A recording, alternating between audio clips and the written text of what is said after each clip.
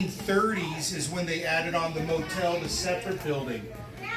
In this little town here in Wadsworth was 75,000 people with the Olinghouse mine also. It was a very, very heavy Asian community here that were railroad workers.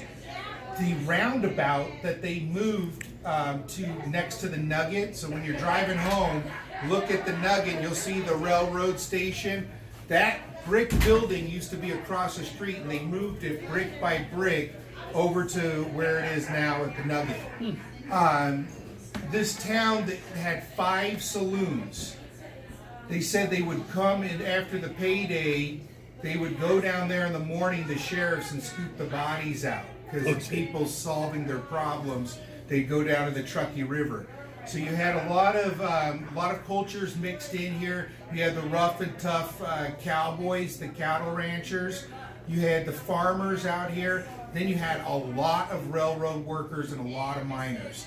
And then, of course, where we are right now is within the Paiute tribal boundaries.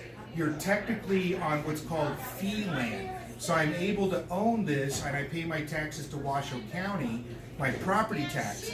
But my sales tax of everything you guys do and spend here goes to the tribe. So which is really cool because I get to see where my tax money is actually being spent. When it's in the Washoe County, it just goes in one big bucket. Yeah, big drain.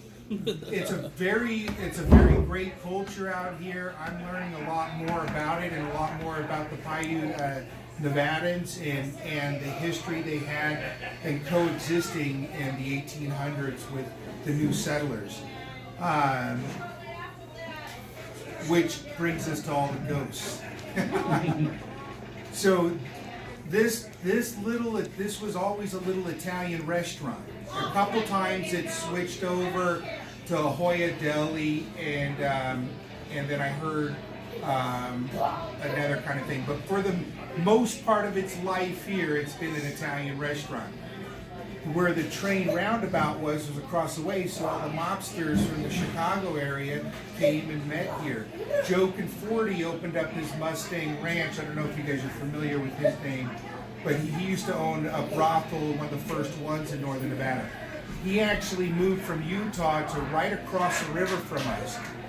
The Lyon County Sheriffs, we're on what's called the Triangle, Story County, Lyon County, and Washoe County.